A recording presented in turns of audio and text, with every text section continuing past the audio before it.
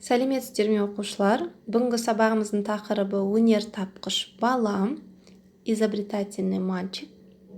Сегодня мы узнаем, кто же это изобретатель и что он изобрел. Бүгінгі жаңа сөздер. Өнер тапқыш изобретатель, өнер табыс изобретение, үмітті ақтау оправдать надеждой. Қайталайық. Өнер тапқыш, өнер табыс және үмітті ақтау.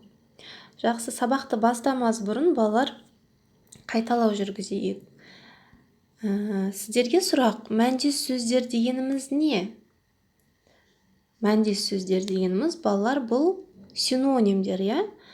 Мысалы, мұғалім немесе ұстаз, мәлімет немесе ақпарат, бұл сөздер синонимдер. Ал қарсы мәндес сөздер дегеніміз не? Қарсы бұл противоположный деген мағынаны білдіреді. Яғни сондықтан қарсы мәндес сөздер дегеніміз бұл бізде антонимдер екен.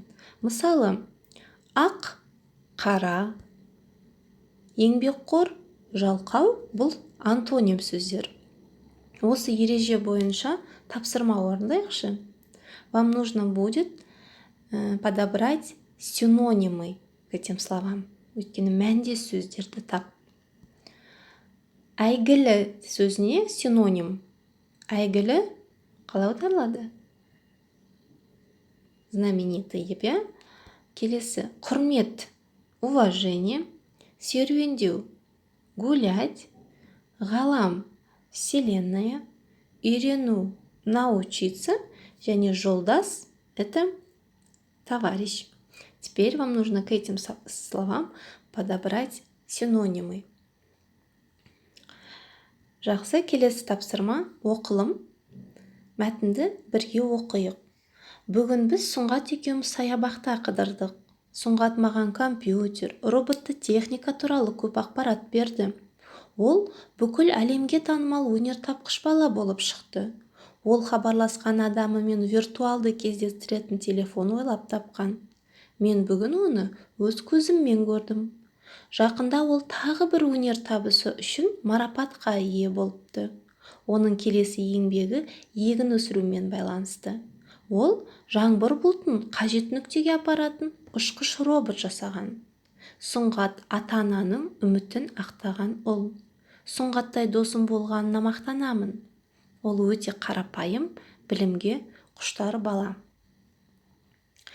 Теперь, ребята, вам нужно будет самостоятельно прочитать текст вместе с переводом. Потом нужно ответить на эти вопросы устно. Бірінші сұрақ. Сұңғат пен Тлеухан қайда қыдырды? Где гуляли Сұңғат и Тлеухан? Екінші сұрақ. Сұңғат қандай бала? Какой мальчик Сұңғат? Үшінші сұрақ. Ол не ойлап тапты? Что он изобрел? Келесі жазбаша жұмыс. Төртінші тапсырма. Я немесе жоқ деп жауап жаз. Следующая письменная работа по тексту. Нужно прочитать предложение. Если предложение верное, вы рядом пишите слово «я». Если нет, то рядом пишите слово «жоқ». Ал жақсы. Келесі тапсырма диаграмманы толтыр деген тапсырма. Диаграмманың ортасында Сұңғат деген баланың аты берілген, не? Бізге енді Сұңғат қандай деген сұраққа жауап беру керек. Сұңғат қандай бала? Сұңғат өнер тапқыш бала. Ол жақсы дос. Қандай? Ол ақылды. Қандай? Ол еңбекқор. Сіздерге әрі қарай диаграмманы толықтырып жазу керек. Нужно будет дописать диаграмму.